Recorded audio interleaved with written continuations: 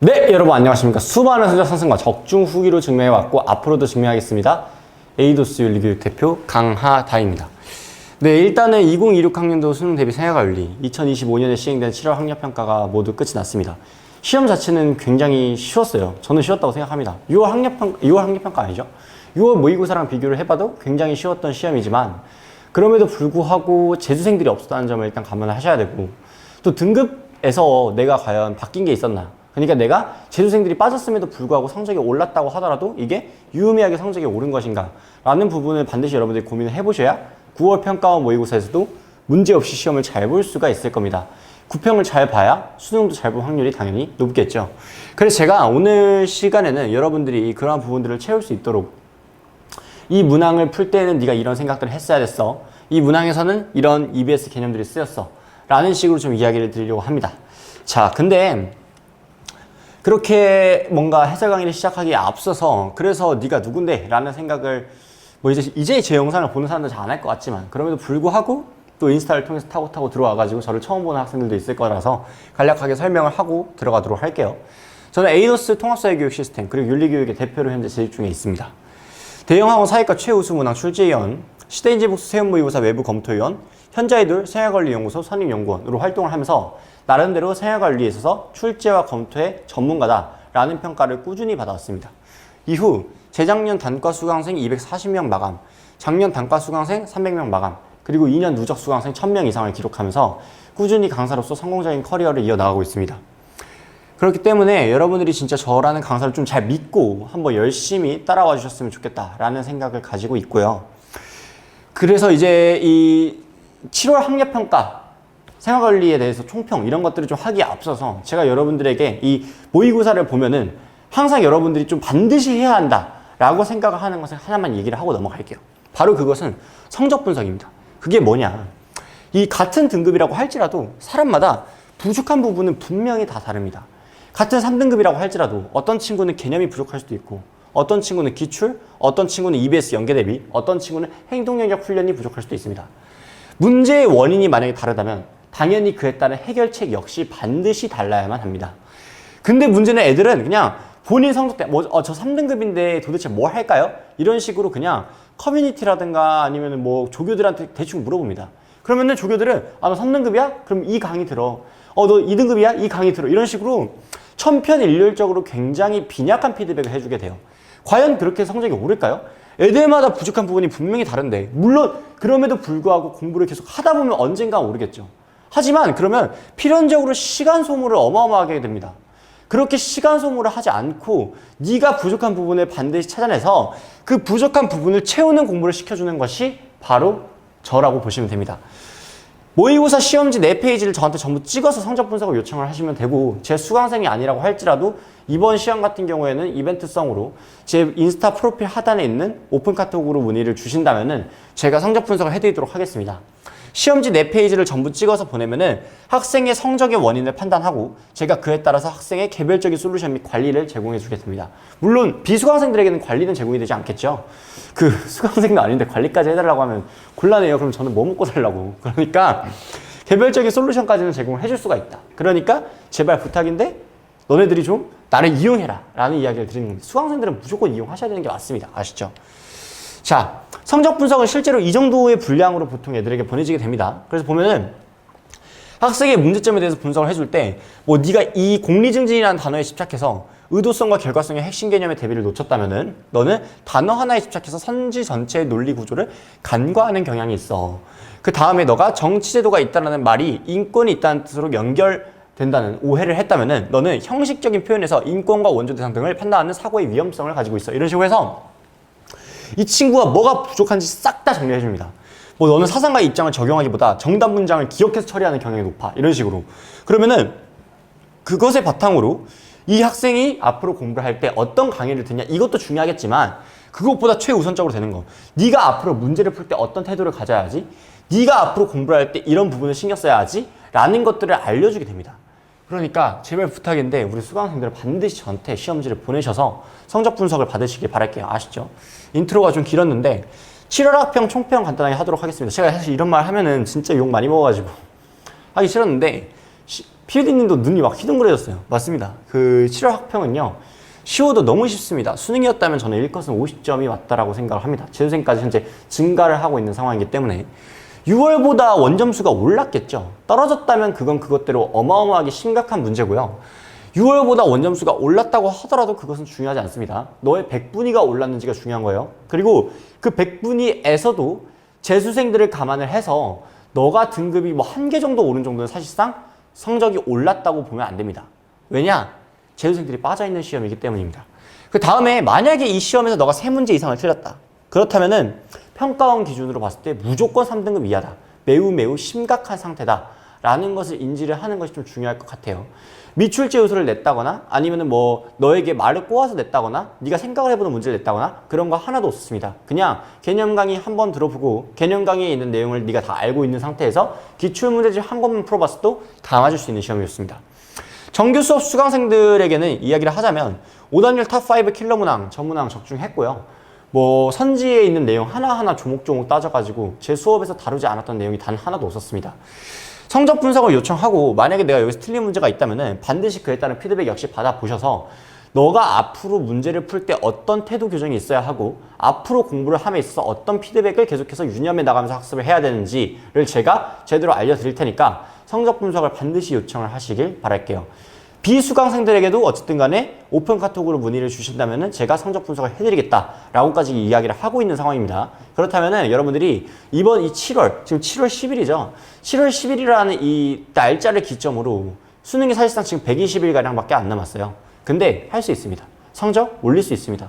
저 이 시기 때 저한테 합류했던 친구들 충분히 수능날 만점 받았습니다. 그러니까 그렇게 성적 올려드릴 테니까 혹은 내 수업을 듣지 않더라도 네가 어떻게 공부해야 되는지 알려줘 볼 테니까 그러니까 보내보셔라 라고 이야기를 드리겠습니다. 비전문가인 너네끼리 머리 맞대고 고민하는 것보단 당연히 전문가인 나한테 상담 받아보는 것이 훨씬 나을 거라고 자부합니다. 상담에 돈 안 듭니다. 아시죠? 자, 그래서 이제 2번 문항부터 전 주요 문항 위주로 해설을 좀 진행을 하도록 하겠습니다. 자, 2번 문항 사회계약설이 출제가 됐어요. 사회계약설 같은 경우에 원래 어렵게 출제가 되어야 하고 그나마 이 시험에서 어렵게 출제가 된 건데 사실 어렵지 않습니다. 한번 읽고 풀어보도록 할게요. 만인이 만인에 대해 전쟁을 하는 자연 상태에서는 어떠한 것도 부당하지 않다라고 이야기를 하고 있습니다. 자, 이게 무슨 말이냐? 홉스죠. 홉스가 말한 이 자연 상태라는 것은요. 어떤 상태죠? 네 글자로 표현하면 마치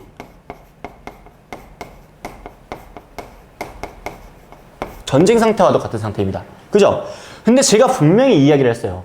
전쟁 상태는 어떤 상태냐? 바로 규범이 없는 무규범의 상태입니다. 여기서는요, 절대로 공통된 도덕 기준이 존재하지 않는다라고 이야기를 드렸어요. 그렇기 때문에 홉스가 말한 이 자연 상태에서는 정의, 부정의, 불이라고도 할 수 있겠죠. 그 다음에 뭐 선, 악, 그다음에 소유권 내 개념이 존재하지 않는다라고 이야기를 드렸습니다. 여기까지 오케이?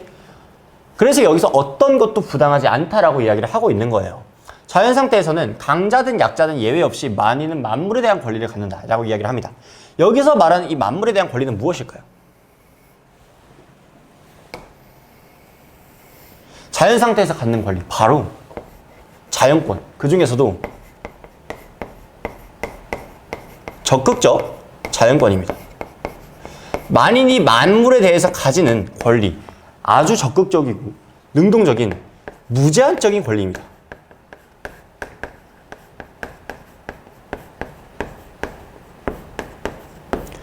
이러한 무제한적인 권리 같은 경우에는 제가 분명히 말을 했죠. 어떻게 생각을 해야 된다?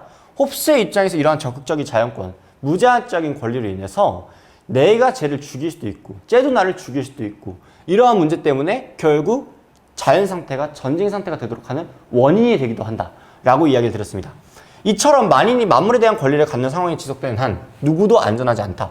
그렇기 때문에 홉스의 자연법에서 이 적극적 자연권을 포기할 것을 계약 내용에 담는 겁니다. 아시죠? 자, 그 다음에 을 보도록 할게요. 사람들이 사회에 들어가는 목적은 그들의 재산을 평온하고 안전하게 향유하는 것이며 라고 하고 있어요. 제가 수업 시간에 이야기했죠.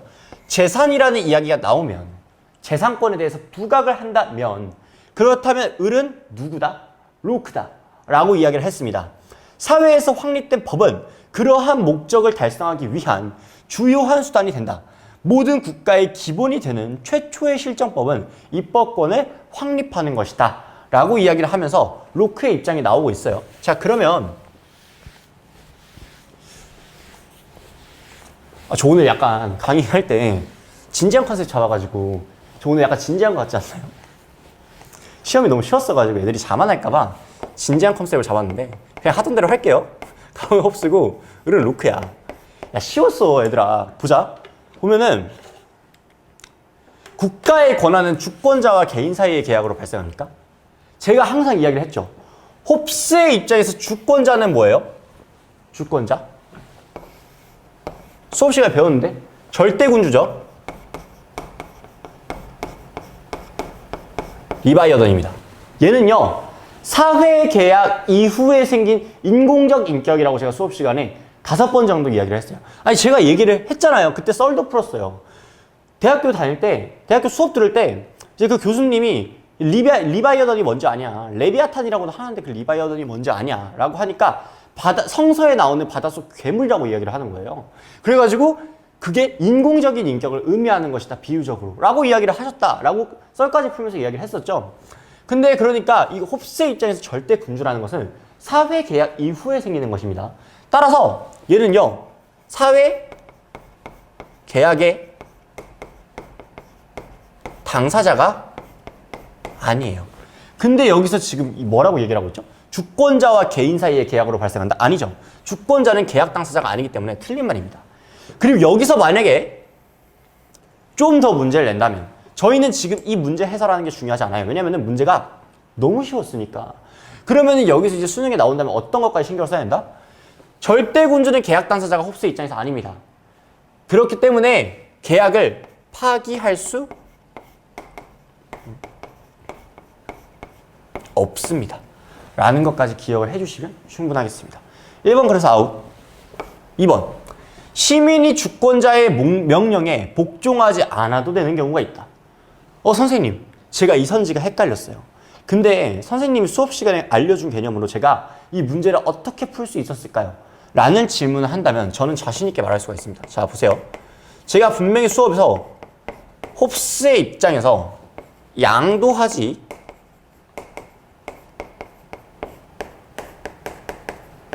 않는 권리를 4개를 이야기를 드렸어요.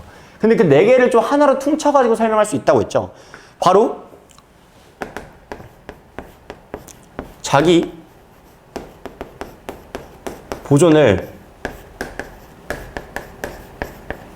위한 권리는 양도하지 않는다 라고까지 이야기를 드렸습니다. 자, 근데 여기서 이 자기 보존이라는 것이 그럼 무엇이냐 라고 하면은 쉽게 생각해보면 이런 거예요. 홉스 입장에서 사회 계약의 목적입니다. 즉 계약의 목적을 훼손할 수 있는 명령이라면 그렇다면은 그건 안 되겠죠. 그래서 홉스는 자기 보존을 위한 권리는 양도하지 않습니다. 라고 얘기를 하는데 그럼 그 안에 뭐가 있나요? 라고 하면 첫 번째로 자신의 생명을 지킬 권리.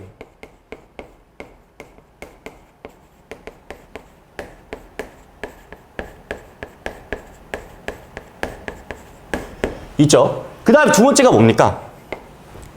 바로 저항의 권리입니다. 선생님, 저항의 권리를 양도하지 않는다고요? 홉스는 저항권이 없지 않나요? 오개념 아닌가요? 여러분 자, 기억하세요.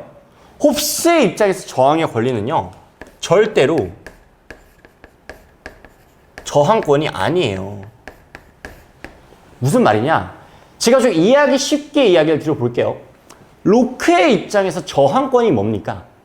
쉽게 말을 하자면 물론 철학적으로 이게 온전히 옳다 할 수는 없어요. 그런 표현은 아니지만 좀 쉽게 말해보면은 이 저항권이라는 개념은 쉽게 말하면 왕 바꾸기 같은 거예요. 정부를 바꾸든 왕을 바꾸든 그냥 뭔가 대가리를 바꾸는 느낌이란 말이죠. 아셨어요? 들어없는 느낌인 거야. 근데 홉스의 입장에서 말하는 이 저항의 권리라는 것은요. 개별적인 반발과 저항입니다. 무슨 말이냐면 만약에 주권자인 절대 군주가 자기 보존을 위한 권리, 즉 내 생명권을 위한 권리를 침해하는 명령을 내린다면, 내 생명권을 침해하는 명령을 내린다면 거기에 대해서 하지 마세요 라고 개별적인 반발과 저항을 할 수 있다는 것이지 대가리를 바꾼다는 뜻은 아니에요. 그래서 저항의 권리라는 개념과 저항권은 구분해야 하고, 홉스의 입장에서 저항권이 없다는 말과 저항의 권리를 양도하지 않는다는 말은 양립한다는 것을 이야기를 드릴게요. 아시죠? 근데 이 저항의 권리와 저항권을 구분하지 못하고 가르치는 강사분들도 계세요.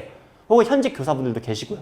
그러니까 여러분들은 그런 부분들에 대해서 오개념에 현혹되지 마시고 올바른 개념들을 학습을 하시길 바랍니다. 아셨죠? 그 다음 세 번째로 이야기가 나오는 게 신체에 나오나요? 나오죠? 신체의 손상을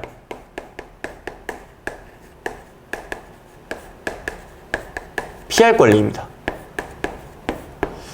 마지막으로 감금에 대하여 저항할 권리인데, 여기서 말하는 감금은 뭐겠어요? 자의적인 감금. 뭔가 옳지 못한 감금. 즉 감금에 대하여 저항할 권리도 있다. 그럼 여기서 말하는 이 저항할 권리도 이게 뭐 대가리 바꾸기일까요? 그게 아니겠죠. 이것도 마찬가지로 여기서 나왔던 내용, 여기서 나왔던 내용과 마찬가지로 이거는 뭐다? 저항권이 아니다 라는 것을 기억을 해두셔야 됩니다. 아셨죠? 자, 그래서 시민이 만약에 주권자의 명령 중에서 생명권을 침해하는 명령이 있다 라고 한다면은 복종하지 않아도 되는 경우가 됩니다. 따라서 2번이 정답입니다. 3번, 로크의 입장에서 국가의 통치자에게는 신탁된 것 이상의 권력이 부여되지 않습니다. 그 이유가 뭐죠? 통치자에게 권력을 신탁합니다. 만약에 이만큼의 범위 내에서 신탁을 했다고 해봐요. 그 범위 바깥에까지 그 통치자가 권력을 행사를 하려고 한다면, 신탁한 범위 바깥에까지 권력을 행사하려고 한다면 그건 자의적으로 하는 거죠. 그럼 부정의한 거죠. 그럼 이건 뭐가 됩니까? 이건 저항권의 대상이 됩니다. 대가리 바꾸기. 따라서 부여되지 않아요. 아시죠? 그래서 3번이 아웃입니다. 4번, 입법권은요, 시민의 재산을 자의적으로 취할 수 있는 권력입니까? 이 로크의 입장에서요, 이 입법권이 뭡니까? 아까 제시문을 읽었으면 알 거예요. 로크의 입장에서 이 입법권은요, 결국에는 뭐라고 정의할 수 있냐면 시민의 재산을 보호하기 위한 권력이에요. 뭐라고? 시민의 재산을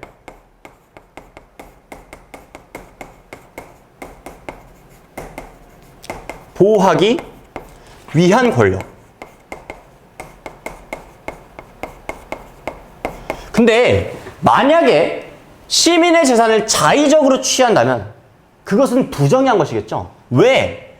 이 재산이라는 것은 단순히 돈, 그런 것이 아니에요. 그게 아니라 로크의 입장에서 보기에 이 재산이라는 것은 바로 자연권의 핵심입니다. 뭐라고?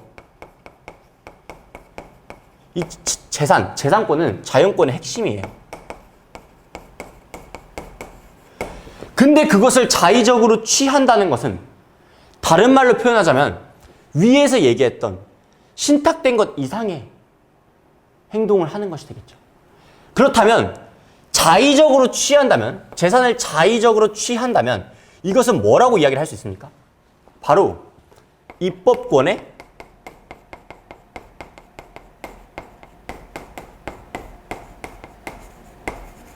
남용이다 라고까지 해석을 할 수 있습니다. 그래서 자의적으로 취할 수 있는 권력이 아니구나 라는 걸 기억을 하셔야 돼요. 자, 그 다음에 5번, 홉스의 입장에서 자연상태에서의 인간은 어떠한 제한도 없는 자유, 무제한적인 자유, 즉 적극적 자연권을 누리죠. 그러니까 홉스의 입장에서 맞아요. 그런데 로크의 입장에서 판단을 해보자면 자연상태에서의 인간은 어떠한 제한도 없는 자유를 누리는 것이 아닙니다. 왜? 자연법의 지배를 받습니다. 로크의 입장에서는 자연상태에서 공통된 도덕 규범이 존재합니다. 따라서 로크의 입장에서 아웃이에요.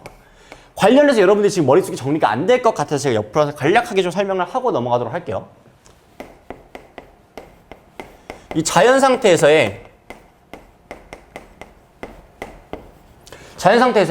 공통된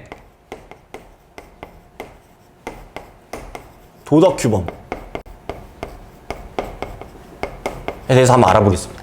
자, 학자가 2명 있죠. 지금 나온 게 홉스랑 로크죠. 홉스의 입장에서 자연 상태에서의 공통된 도덕 규범이 있습니까? 없습니다. 왜 없어요? 홉스의 입장에서 자연 상태는 뭐예요? 무규범의 상태라니까? 아까 도입할 때 배웠잖아요. 무규범의 상태입니다. 자, 근데 로크의 입장에서 자연 상태에서 공통된 도덕 규범이 있습니까? 네, 있어요. 그게 뭐죠? 바로 자연법이에요. 이 자연법이 여기서 말한 자연 상태에서의 공통된 도덕 규범이 되는 거예요. 자, 근데 홉스의 입장에서도 자연법이라는 것은 있습니다. 하지만 홉스의 자연법은 공통된 도덕 규범이 아니라 자연 상태를 벗어나기 위한 방법으로서 이성이 알려준 것이에요. 그래서 둘이 차이가 있다는 것까지 기억을 해두셔야 돼요. 아셨죠? 자, 일단 이렇게 해서 2번 문제 해설 마치도록 하고요. 저희는 잠깐 끊었다 가도록 하겠습니다. 네, 잠깐 끊었다 왔습니다. 이제 3번 문항부터 바로 들어가도록 할 거고요. 이 3번 문항 시민불복종인데 그나마 얘도 이번 시험에서 좀 어려운 편이었는데 얘도 쉬웠어요. 한번 볼게요. 요즘에는 이 시민불복종이 롤스 싱어로 원래 해가지고 비교하듯이 나오다가 싱어 낼 게 다 떨어졌나 봐. 그래서 롤스 단독 문항으로 많이 내거든요. 그러니까 롤스를 좀 깊이 있게 학습을 해둘 필요는 있어요. 자, 볼게요. 다음을 주장한 사상가의 입장으로 적절한 것만을 보기에서 있는 대로 고른 것은 하고 묻고 있습니다. 시민불복종 이론은 입헌민주주의에 대한 순수히 법적인 관점을 보충해주고 있다. 그것은 법에 분명히 반하는 것이긴 하지만 법에 대한 충실성과 민주체제의 기본적인 정치적 원리들에 호소함으로써 합법적인 민주적 권위에 반대할 수 있는 근거를 정식화하는 것이다 라고 이야기를 하고 있습니다. 자, 여기서부터 여기까지 분호세 형과편 쫙 쳐보세요. 아주 중요한 대목입니다. 그리고 여기에 이렇게 쳐보세요. 합법적인 민주적 권위에 반대. 여러분 자 보세요. 합법적인 민주적 권위에 반대를 한다는 것. 이 합법적인 민주적 권위가 뭔지 모르는 학생들은 생각보다 여기에 대해서 되게 깨름칙해하는 경우가 많습니다. 실제로 그런 경우가 있었나요? 2023학년도 9월 평가원 모의고사에서 합법적인 민주적 권위에 대한 시민불복종의 가능 여부를 롤스의 입장에서 출제를 했었고 그때 당시에 오답률 탑5 안에 들 정도로 굉장히 어려운 킬러로 출제가 됐어요. 그러니까 반드시 알아둬야 되는데 제가 지금도 설명해드리도록 하겠습니다. 이 롤스의 입장에서요. 롤스의 입장에서 시민불복종의 이제 근거를 우리가 알아야 됩니다. 근데 이 시민불복종을 배울 때 항상 제일 중요한 것이 뭐냐를 따진다면은 2개로 쪼갤 수 있어요, 얘들아. 첫 번째로 얘기를 해봐야 되는 부분은 근거입니다, 근거. 두 번째로 이야기를 해봐야 되는 부분이 대상이에요, 대상. 자, 그럼 이 근거를 볼 때요. 시민불복종의 근거가 무엇이냐라고 하면은 거의 정의로운 사회에서 다수가 공유하는 정의관입니다. 뭐라고? 거의 정의로운 사회에서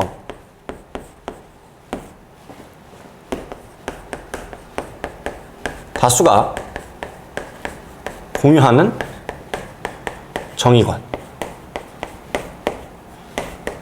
그래서 다수의 정의관 혹은 공유된 정의관이라고도 할 수가 있어요. 정의관과 정의감은 다른 건데 그걸 수능에서 구별하는 문항이 출제가 되지는 않기 때문에 그냥 거기서 거기겠지라고만 생각을 하셔도 무방하긴 합니다. 근데 다른 부분에 대해서는 제가 또 수업 시간에 좀 더 자세히 알려드릴 거예요. 근데 또 때로는 이렇게 이야기를 하기도 해요. 시민불복종의 근거를 정의의 원칙이라고 이야기를 하기도 합니다. 근데 이 정의의 원칙이 시민복종의 근거인 것은 맞지만 그럼에도 불구하고 차등의 원칙을 위반한 법률에 대해서 시민불복종을 하지는 않는다는 점을 기억을 하셔야 돼요. 아셨죠? 자, 근데 어쨌든 간에 그렇다고 할지라도 차등의 원칙은 아닐지라도 정의의 원칙을 그냥 시민불복종의 근거라고 이야기를 하는 경향이 크다라고 이야기를 드리고 그럼 시민불복종의 대상이 무엇이냐라고 이야기를 한다면은 이 정의의 원칙을 여기서도 당연히 차등의 원칙은 제외가 되겠죠. 차등의 원칙은 제외된다라고 여러분들이 좀 써두시기 바랍니다. 정의의 원칙을 심각하게 훼손하는 여기에 이제 다양한 것들이 붙게 됩니다. 뭐 예를 들면은 법, 법, 그 다음에 정책, 그 다음에 제도, 그 다음에 민주적 권위 이런 것들이 있어요. 선생님 근데 이 민주적 권위라는 것이 도대체 무엇인가요? 라는 생각을 할 수도 있습니다. 자, 이 법률이라는 것도 어떻게 보면 우리가 지켜야 되는 권위가 있고 강제성이 있는 것이죠. 정책도 마찬가지고 제도도 마찬가지입니다. 즉, 이 법이나 정책이나 제도와 같은 것들을 민주적 권위라고 한다. 근데 이러한 것들이 합법적으로 제정이 되었다. 합법적으로 만들어졌다. 라고 할지언정 우리는 그럼에도 불구하고 공유된 정의관에 위배가 된다면 시민불복종을 할 수 있다라고 본다는 거예요. 근데 여기서 제가 이야기를 했죠. 이 정의의 원칙, 여기서 포함하는 개념은 바로 평등한 자유의 원칙과 공정한 기회균등의 원칙이지 차등의 원칙을 이야기하는 것이 아니다 라고 이야기를 드렸습니다. 아셨죠? 자, 그래서 3번은 롤스인데요. 자, 볼게요. 준법의 의무는, 롤스의 입장에서 준법의 의무는 부정의에 반대할 권리와 상충할 수 있습니까? 자, 보세요. 부정의에 반대할 권리라는 것은 뭘까요? 바로 시민 불복종을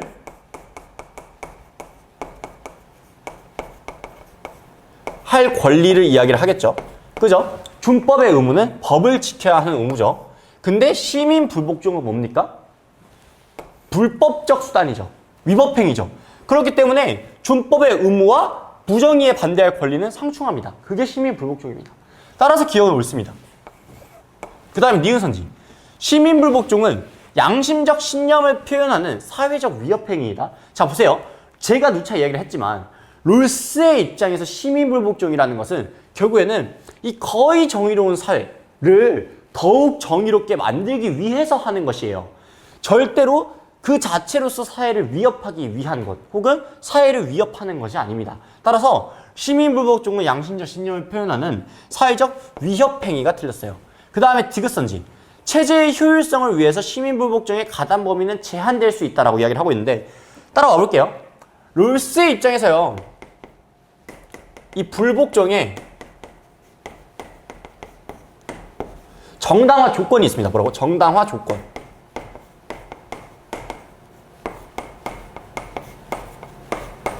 자, 먼저 첫 번째. 롤스의 시민불복종에서요. 제일 중요한 것이 뭐라고 했죠? 구체적이고 현저한 부정의에 대해서 시민불복종을 할 수 있다. 그럼 그 구체적이고 현저한 부정의인지는 우리가 어떻게 알 수 있나요? 라고 했더니 제가 뭐라고 했죠? 평등한 자유의 원칙 혹은 공정한 기회 이 균등의 원칙을 즉 정의의 원칙 중에서 차등의 원칙이 아닌 것을 심각하게 위반.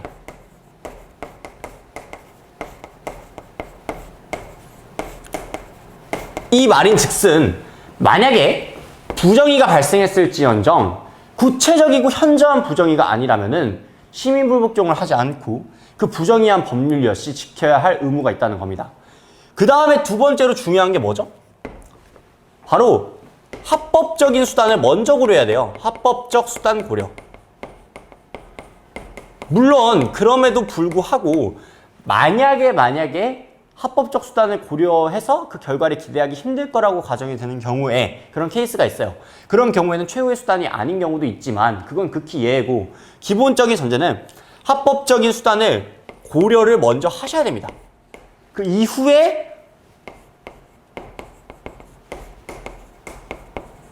최후의 수단이다 라고 볼 수가 있겠죠. 그 다음에 세 번째. 롤스의 입장에서 제가 항상 뭐라고 했죠? 효율성의 문제를 고려한다고 했어요.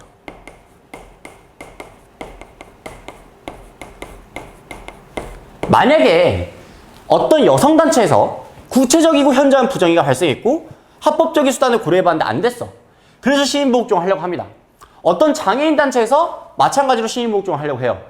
어떤 청소년 단체에서 마찬가지로 시민복종을 하려고 해요. 이런 식으로 이 사회의 다양한 단체들이 동시다발적으로 시민불복종을 하려고 한다면 시민불복종의 원래의 목적은 이 거의 정의로운 사회를 조금 더 정의롭게 만들기 위해서 그 부정의와 법과 제도를 고치기 위해서인데 체제 자체가 붕괴될 위험성에 처해질 수가 있습니다. 그러면은 이런 경우는 효율성을 고려하고 결과를 고려하자라고 해서 이걸 가담범위의 한계라고 이야기를 합니다.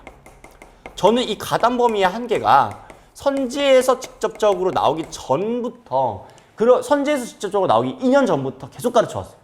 그때도 뭘 그렇게 어려운 용어를 쓰냐라고 했지만 결국에는 출제가 됐습니다. 자, 그래서 좀 더 끌고 와보면 체제의 효율성을 위해서 시민불복종의 가담 범위는 제한될 수 있습니다. 그래서 이것은 올바른 말이고 리을 선지를 보면요. 다수가 믿는 종교적 교설 여기에 쳐봅시다. 네, 볼게요. 여기서 보시면 이 시민불복종의 근거가 있습니다. 시민불복종의 근거를 제가 뭐라고 했죠? 거의 정의로운 사회에서 다수가 공유하는 정의관이에요. 또 정의의 원칙 중 평등한 자유의 원칙, 공정한 기회균등의 원칙 이런 거를 우리가 한번 생각을 해볼 수가 있다라고 이야기를 했죠. 근데 다수가 믿는 종교적 교설이라는 것은요. 기억을 하셔야 되는 게 다수가 믿을지언정 이거는 절대로 다수의 정의관이 아닙니다.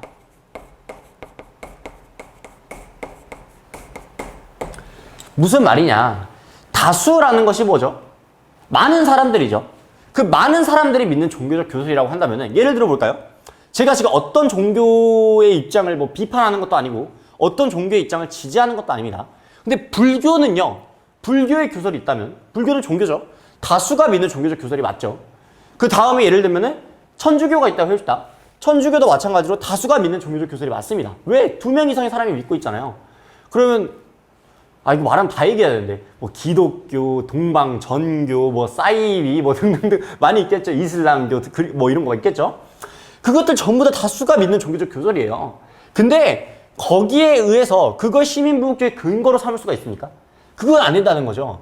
오직 시민불복종은 이 사람들, 거의 정의로운 사회에서 살고 있는 사람들이 공유하고 있는 정의관, 그 다수의 정의관 속에서 사람들의 기본적 자유는 평등해야 되는데 충돌하지 않는 범위 내에서 가장 광범위한 자유를 누려야 되는데 이게 침해당하고 있네. 기본적 자유가 침해당하고 있네. 현저하게. 이런 생각을 한다거나 아니면은 사람들이 공정한 기회균등의 원칙에 따라서 기회를 부여받아야 되는데 그러지 못하고 있네. 이런 식으로 아주 자명한 것들이어야 되는데 문제는 종교적 교설은 절대로 시민불복종의 근거가 될 수가 없습니다. 아셨죠? 그래서 리을이 아웃입니다. 정답은 기억 디귿이에요. 아셨죠? 이번 그 7월 학평은요.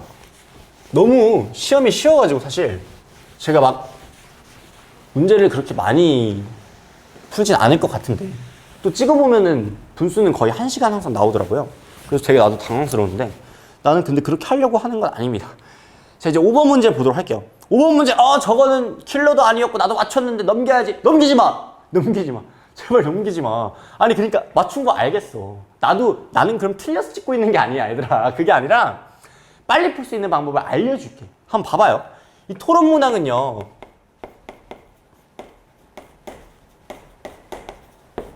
제가 출제진 출신 아닙니까? 엄격한 행동 영역에 갇혀서 풀면은 문제를 진짜로 20초 컷 낼 수 있습니다. 한번 알려드려 볼게요. 토론 문항은 크게 4가지의 발어로 구성이 됩니다. 갑, 을, 이렇게 구성이 되죠. 그러면은 보통 갑이 어떤 화제를 제시를 해요. 그 다음에 을이 저도 동의합니다. 이건 동의합니다. 라고 하면서 동의하는 것에 대한 이야기가 나옵니다. 근데요. 이쯤 혹은 시험이 어렵게 나온다면은 이쯤까지 끌고 와가지고 근데 이 이상으로 넘어가지 않아요. 절대로. 해가지고 여기서 어떤 부분이 생기냐. 그렇지 않습니다. 라고 함으로써 부동의하는 부분이 생깁니다. 근데 토론 문항 같은 경우에는 문제 항상 발문에서 뭘 물어보죠? 핵심 쟁점을 물어봅니다. 그럼 우리는 그 동의하지 않습니다. 그렇지 않습니다. 라고 하는 부분을 찾아서 핵심 쟁점을 찾으면 돼요. 근데 우리가 만약에 지금은 쉬웠지만 그럼에도 불구하고 만약에 시험을 푸는데 전 문제가 너무 어려웠어. 멘탈이 나갔어. 글을 읽는데 글이 안 읽혀. 내가 오늘 이미 국어 시험 보는데 너무 글을 많이 읽어가지고 더 이상 머릿속에 글자가 들어가지 않아.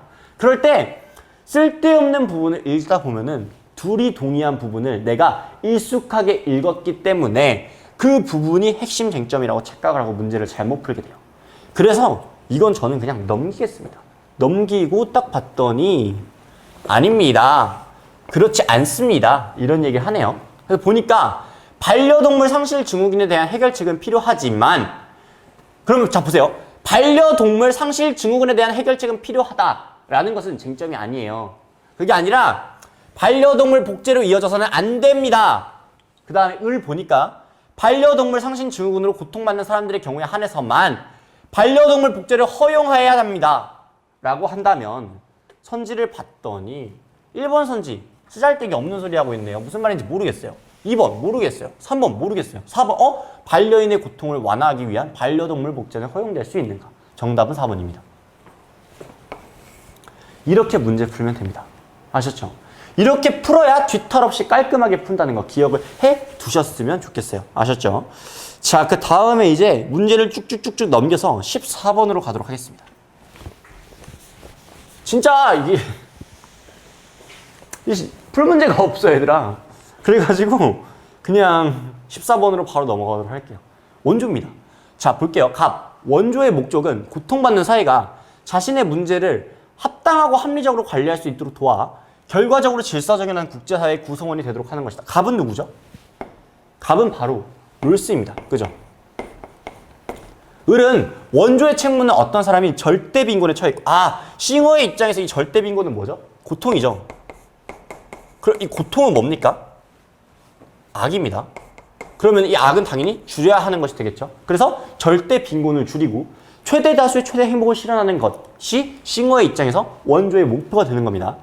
다른 사람이 그것에 상응하는 도덕적 의미를 가진 것을 희생함이 없이 도울 수 있을 때에만 적용된다. 라고 해서 을은 누굽니까? 싱어입니다. 자, 그럼 한번 보도록 할게요. 롤스의 입장에서 질서정연하지 않은 모든 사회가 원조 대상인 것은 아닙니까? 자, 롤스의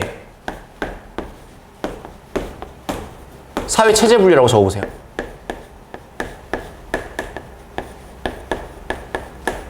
롤스의 입장에서 원조 파트 공부를 할 때 이 사회 체제를 분류하는 것은 굉장히 중요하거든요. 크게 두 가지로 나눌 수가 있습니다. 뭐냐, 일단 첫 번째로 질서 정연한 사회.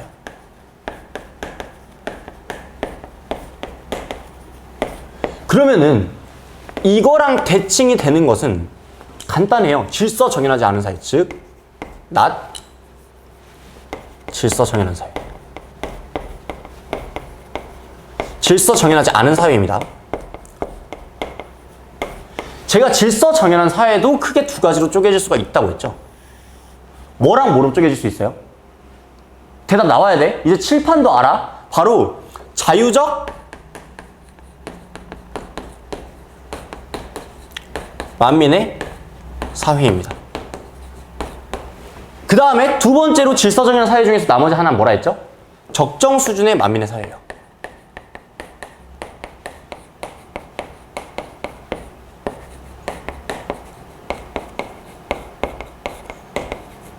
선생님, 그럼 둘은 질서정연한 사회라는 측면에서 공통점을 가지고 있지만 도대체 뭐가 다릅니까? 를 본다면은 입헌민주정부입니까?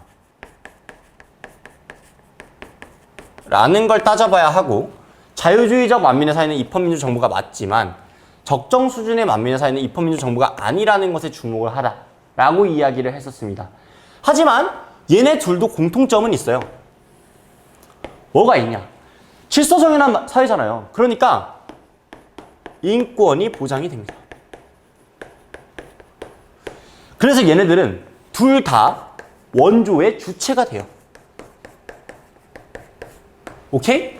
그래서 만약 지금 이 문제를 맞추는 게 중요한 게 아니야. 그게 아니라 시험이 더 어렵게 나온다면 우리는 입헌민주정부만이 원조의 주체가 될 수 있다 라고 한다면 그건 아니라고 판단해야 된다 라고까지 이야기를 드렸죠. 그 다음에 질서정연하지 않은 사회를 또 두 개로 쪼갤 수가 있습니다. 그게 뭐냐? 첫 번째로 나오는 것이 무법국가. 그 다음에 두 번째로 나오는 것이 뭡니까? 바로 불리한 여건으로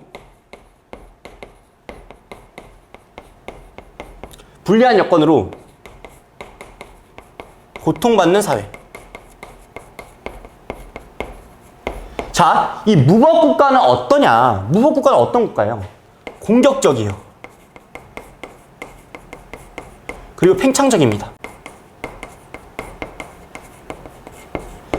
그 다음에 불리한 여건으로 고통받는 사회는 제가 어떻다고 했죠? 정치, 문화, 철학, 기술, 인적 자원이 부족한 국가가 불리한 여건으로 고통받는 사회다. 근데 이 무법국가라는 것은 불리한 여건으로 고통받는 사회에 포함되어 있는 개념이 아니다. 불리한 여건으로 고통받는 사회 중에서 공격적이고 팽창적인 국가가 무법국가 아닌가? 라고 생각하면 안 된다. 왜? 둘은 엄격히 구분되는 다른 개념이에요. 포함 관계에 있는 개념이 아니에요. 만약에 정치, 문학, 철학, 기술적 자원, 인적 자본이 부족한 국가 중에서 공격적이고 팽창적이면 걔는 불리한 여건으로 고통받는 사회가 아니라 무법국가인 겁니다. 얘도 고통을 받고 있는 중인 거 아니야? 는 너 생각이야. 롤스는 그렇게 보지 않았어. 알았지? 그러면은 그렇게 해서 봤을 때 얘네들의 특징은 뭐겠어요? 얘네 인권 보장이잖아. 얘네 인권 미보장이지.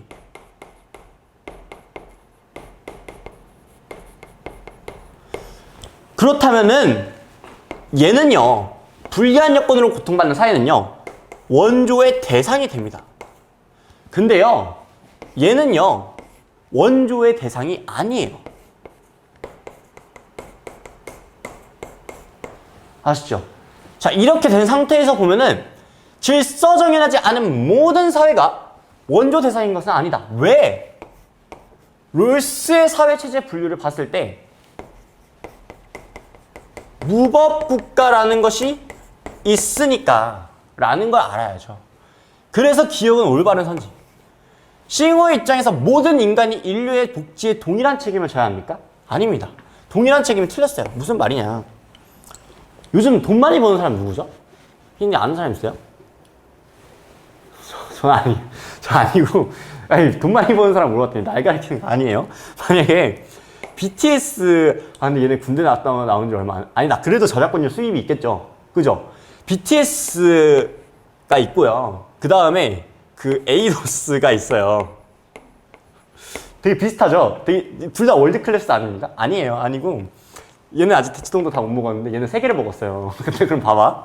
이 BTS는 인류 복지에, BTS 소득의 3%를 한번 내본다고 해봅시다. 어마어마하겠죠, 그래도. BTS 소득의 3%가 내 소득보다 많지 않을까요? 근데 제가 소득의 3%를 낸다고 하면 이건 동일한 책임이 아니에요. 그럼 반면에 또 어떤 기초생활수급자인 분이 있다고 해봅시다. 기초생활수급자.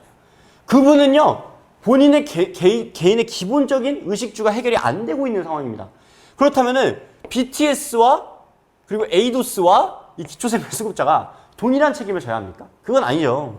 자신의 도덕적으로 중요한 일을 희생하지 않고서, 그러니까 절대 빈곤에 상응하는 자신에게 도덕적으로 중요한 일을 희생하지 않아야 됩니다. 이게 무슨 말이냐면 내가 굶어가면서 남 밥 챙겨주지 말라 이거예요. 결론적으로 말하자면 모든 인간이 인류의 복지에 동일한 책임을 지는 것은 아닙니다. 아시죠? 그 다음에 디귿선지.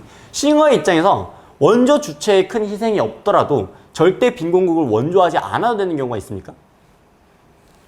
있죠? 그게 뭐예요? 싱어의 입장에서도 원조를 하려고 하는 국가의 정치적인 상황을 고려합니다. 그게 뭐냐면은 원조를 하려고 해. 내가 근데 거기에 대해서 큰 희생이 없어. 그럼에도 불구하고 만약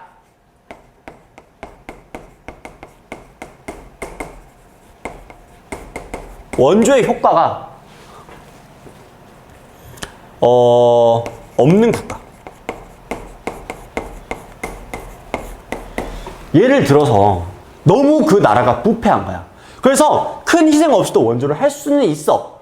근데 문제는 그게 오히려 그 국가의 입장에서 봤을 때 원조의 효과를 달성하는 것이 아니라 거기 이제 막 수뇌부라고 하죠. 그 수뇌부에 막 사치와 탐욕을 채우는 데 쓰이거나 아니면은 타 국가에게 공격적인 행동을 할 수 있는 핵 개발 등에 쓰인다면은 오히려 원조를 하지 않아야 됩니다.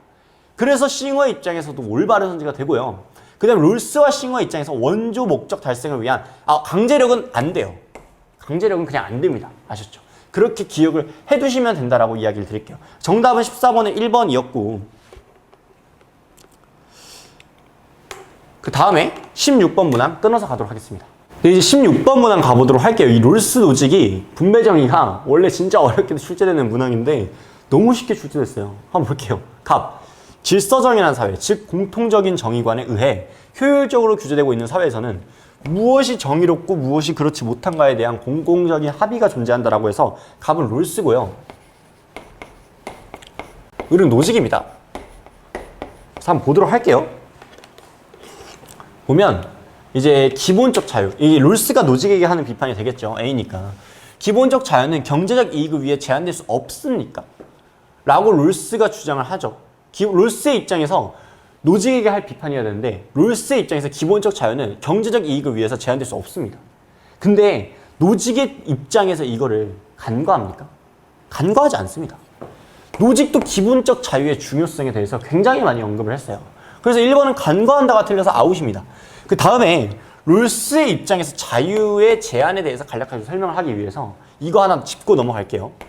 롤스의 우선성의 원리라고 적어보세요.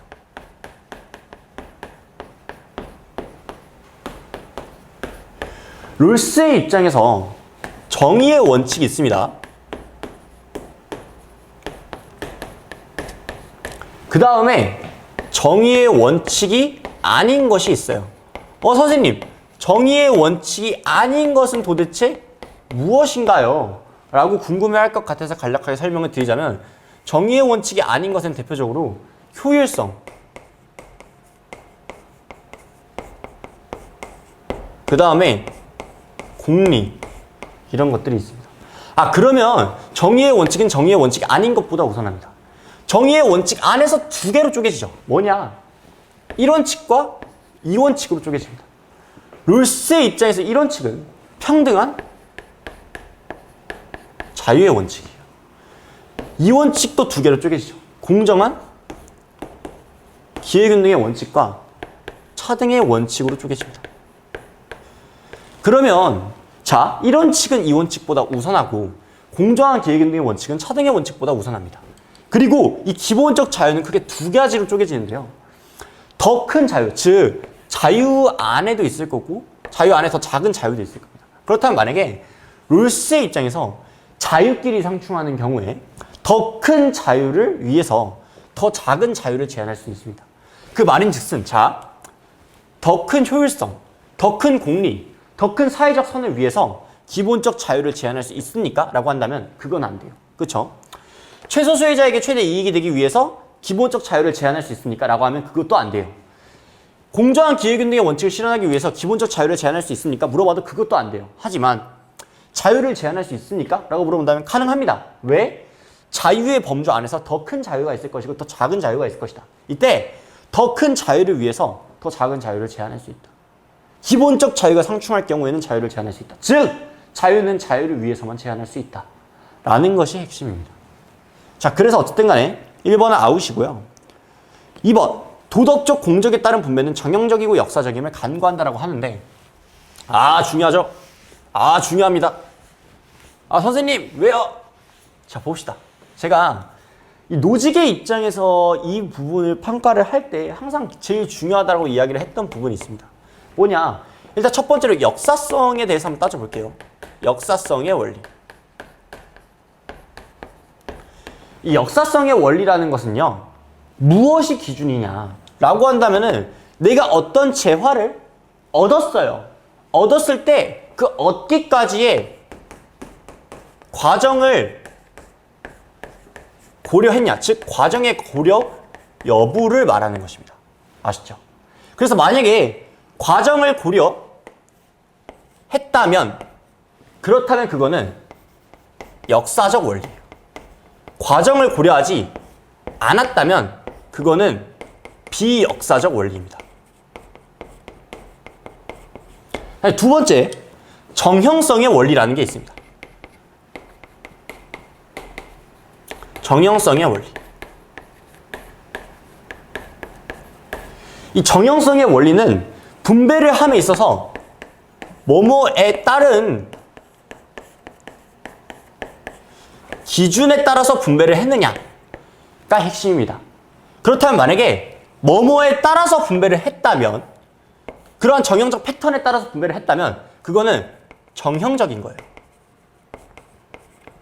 그리고 뭐뭐에 따라서 분배를 안 했다면 그것은 비정형적인 것입니다.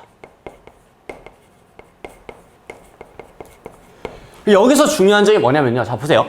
노직의 입장에서 비정형적 원리를 주장을 한 것은 내가 취득 똑바로 했고 내가 이전 똑바로 받았으면은 아무런 문제가 없는데 왜 국가가 뭐뭐에 따라서 분배를 하냐. 국가가 분배 주체가 아닌데 라고 이야기를 하는 거예요. 근데 일부 강사들은 어떻게 가르쳤었죠? 야, 노직의 입장에서 역사적이라는 말은 노직이 좋아하는 말이고 정형적이라는 말은 노직이 싫어하는 말인데 어떻게 노직의 입장에서 이 말이 같이 쓰여? 라는 식으로 아주 논리적이지도 않고 상관도 없는 두 개념을 섞어서 설명을 했어요. 그게 5개념입니다. 지금 또 이번 7월 학평에 나왔잖아요. 역사성의 원리라는 것은 과정의 고려 여부를 따지는 것이고 과정을 고려했다면 역사적이고 고려하지 않았다면 비역사적인 겁니다. 정형성의 원리라는 것은 뭐뭐에 따른 기준, 정형적인 패턴을 기준으로 분배를 했다면 정형적인 것이고 그런 것들에 따라서 분배하지 않았다면 비정형적인 것이에요. 보면은 도덕적 공적이라는 것은요. 도덕적 공적, 즉 과거의 상황을 고려하네요. 그러니까 도덕적 공적에 따른 분배는 정형적인 것이 맞습니다. 그 다음에요. 도덕적 공적에 따라서 분배를 하고 있으니까 다른 분배를 하고 있어요. 그러니까 말이 꼬였어요. 자, 도덕적 공적에 따른 분배는요. 이 도덕적 공적에 따른 분배는 자 보세요. 이 도덕적 공적이라는 것은 결국에는 역사적이에요. 그렇죠? 왜? 과거의 상황을 고려를 하니까요. 그 다음에 뭐뭐에 따라서 분배를 하고 있어요. 그러니까 정형적인 것도 맞습니다. 둘이 붙을 수가 있어요. 그래서 정형적이고 역사적임을 간과한다라고 했는데 노직이 간과하지 않습니다. 만약 과거에 수탁에서 2명이 냈던 5개념인 정형적이라는 단어와 역사적이라는 단어는 붙을 수가 없다. 라는 논리대로 문제를 푼다면 이 문제를 풀 수가 없습니다. 그러니까 제발 5개념 없는 학습을 하셔야 된다는 거예요. 2번은 아웃입니다. 그 다음에 3번. B를 보면은요. 노직이 롤스에게 할 말입니다.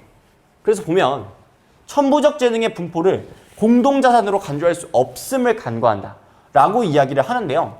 롤스의 입장에서 천부적 재능의 분포는 공동자산으로 간주를 한다고 했고 노직의 입장에서 볼 때 천부적 재능이 분포한 것, 즉 내가 뭐 키가 크게 태어나든 키가 작게 태어나든 그것은 내 것이기 때문에 공동자산으로 간주할 수 없다라고 말할 수 있음으로써 노직이 롤스에게 할 비판으로 아주 적절한 선지가 됩니다.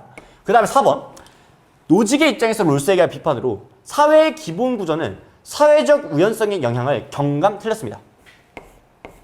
노직의 입장에서 애초에 사회의 기본 구조는 사회적 우연성의 영향을 경감해야 한다고 말하지 않아요. 너가 어떤 재능을 가지고 태어났어. 너가 부모님이 돈이 많게 태어났어.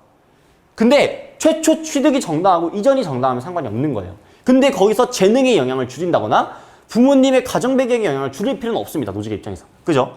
그 다음에 5번. 노직이 롤스에게 정의에 부합하는 사회적 불평등이 존재할 수 있음을 간과한다라고 비판할 수 없습니다. 왜냐?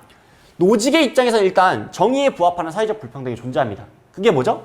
노직의 입장에서는 최초 취득이 정당하고 이전의 과정이 정당했다면 그것은 정당한 거예요.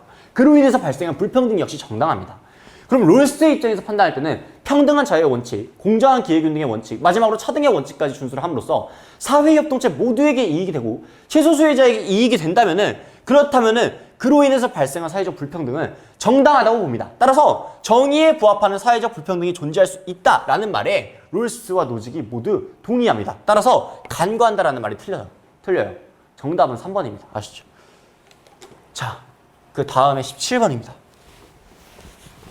그러니까 제가 이게 5개념을 언급을 계속 안 하려고 하거든요. 근데 그거와 관련한 문제들이 계속 나오니까 언급을 할 수밖에 없어요. 자, 갑 볼게요. 법적 형벌은 결코 시민사회의 어떤 다른 선을 촉진하기 위한 한낱 수단으로 가해질 수 없다. 갑은 칸트거든요.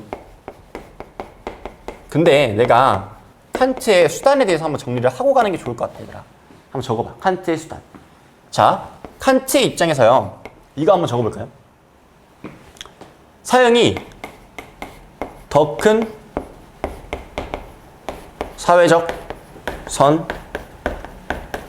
실현 수단이라는 것이 있고요. 그 다음에 공적 정의 실현의 수단. 아, 난 생윤 좋은데 이제 수능에서 없어져가지고 통합사회 가르쳐야 돼. 아, 생윤 이거 몇 년 동안 해가지고 손에 다 익고 이제 말에도 익었는데 이제 어떻게 해. 하지만 하겠습니다. 자, 칸트의 입장에서요, 이 수단이라는 말을요 싫어한다 라고 애들이 많이 기억을 해요. 근데 문제는 수단을 왜 싫어하는데? 라고 보면은 대답을 못합니다. 칸트의 입장에서 우리가 도덕법칙 배울 때 이거 배웠어요. 뭐냐? 인간성 정식 배웠죠? 그 인간성 정식이라는 게 뭡니까? 인간을 단지 수단으로만 대우하면 안 된다 라는 것이 핵심입니다. 즉 인간을 수단으로 단지 수단으로만 대우하는 것이 안 되는 거지, 수단이라는 단어 자체를 싫어하는 게 아니에요. 수단이라는 단어만 보고 무조건 칸트는 수단 싫어해, 칸트는 수단 싫어해, 저쪽이 나라 이름이 수단이라고, 수단도 싫어하겠네, 이런 식으로 하면 안 돼요. 무조건 수단이라면 다 싫어할 것 같냐? 그게 아니야. 인간을 수단으로 대우하는 걸 싫어하는 거예요. 인간을 단지 수단으로 대우하는 걸 싫어한다. 이게 좀 더 정확한 표현이겠죠? 칸트의 입장에서 형벌이 더 큰 사회적 선 실현의 수단은 될 수가 없습니다. 그러면 안 돼요. 하지만 공적 정의 실현의 수단은 됩니다. 그게 무슨 말이냐? 더 큰 사회적 선의 실현의 수단이라는 것은요, 이 범죄와 무관하게 결국에는 공리를 증진하기 위해서, 사회적인 효용성과 효율성 그리고 공리를 증진하기 위해서 마치 그 본보기로서 얘를 죽이는 거예요. 그러면은 이 더 큰 사회적 선의 실현의 수단이라는 것은 결국에는 더 큰 사회적 선을 실현하기 위해서 살인자라는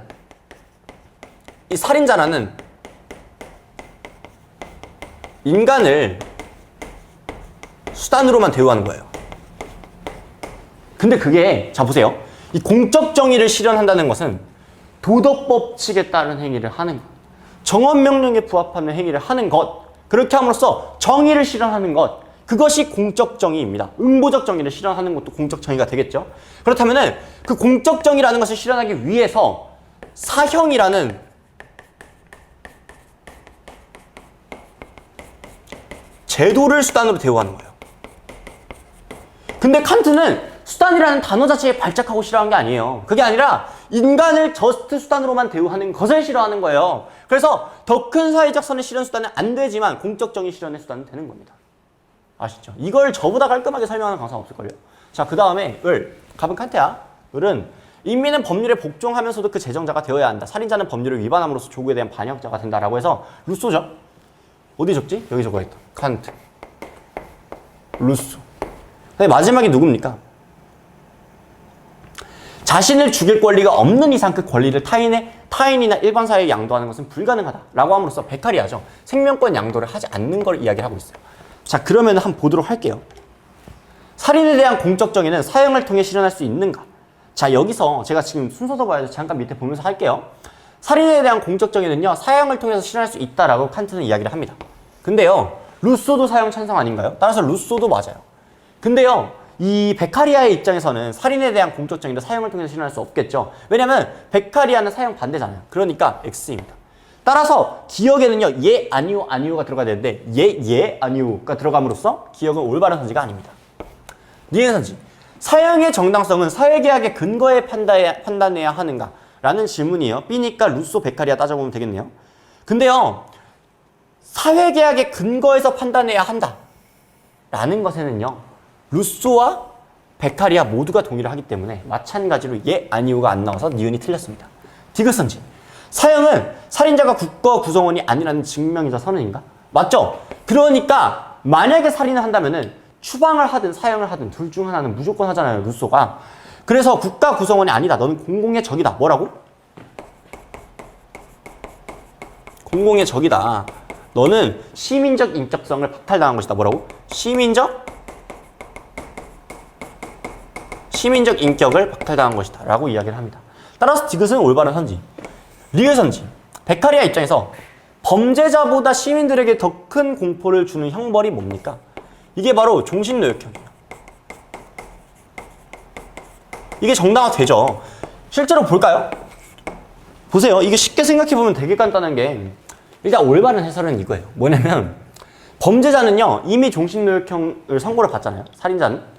그러면은 걔는 종신노역형 하면서 이미 내가 이런 상황에 처해져 있고 뭐 어떻고 이런 걸 다 체념하고 이제 그냥 그렇게 살아가게 되는 거예요. 근데 시민들은 그걸 볼 때마다 깜짝깜짝 놀랍니다. 쟤 아직도 저기서 저러고 있어? 쟤 아직도 저기서 저러고 있어? 와 진짜 나 저렇게 사고 치면 큰일 나겠다. 이런 생각을 한다는 거예요. 그래서 시민들 같은 경우에는요.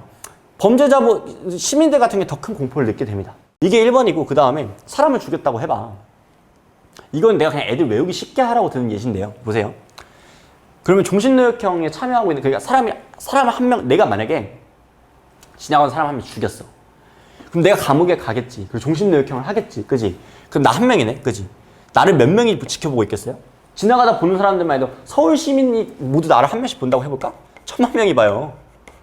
공포 누가 더 커요? 얘네가 더 커. 이렇게 외우는 게 좀 더 여러분들이 쉬울 것 같아서 이런 예시까지 알려드리는 거예요. 아시죠? 정답은 디귿 리을입니다. 아셨죠? 자, 이렇게 해서 일단은 좀 핵심이 되는 문항들은 전부 다 해설을 했고요. 시험이 쉬었다 보니 해설 강의가 생각보다 빨리 끝났을 것 같은데 여러분들은 오히려 좋죠. 제가 그리고 관련해서 간략하게 좀 분석지를 만들어서 배포를 해드리는 이벤트를 진행 중입니다. 따라서 이벤트 많이 참여를 하셨으면 좋겠고 저희 학생들은 반드시 저한테 성적 분석 요청을 하시고 제 학생이 아니라고 할지라도 제가 물론 시간이 안 되면 못 해드릴 수도 있어요. 근데 시간이 되면 해드릴 테니까 선착순이에요 이것도 어디까지나. 그러니까 제 인스타 프로필 하단에 있는 오픈 카카오톡 링크가 있습니다. 거기로 그냥 수업 문의가 아니라 그러니까 성적 분석 문의 편하게 주시면 감사하겠습니다. 아시죠?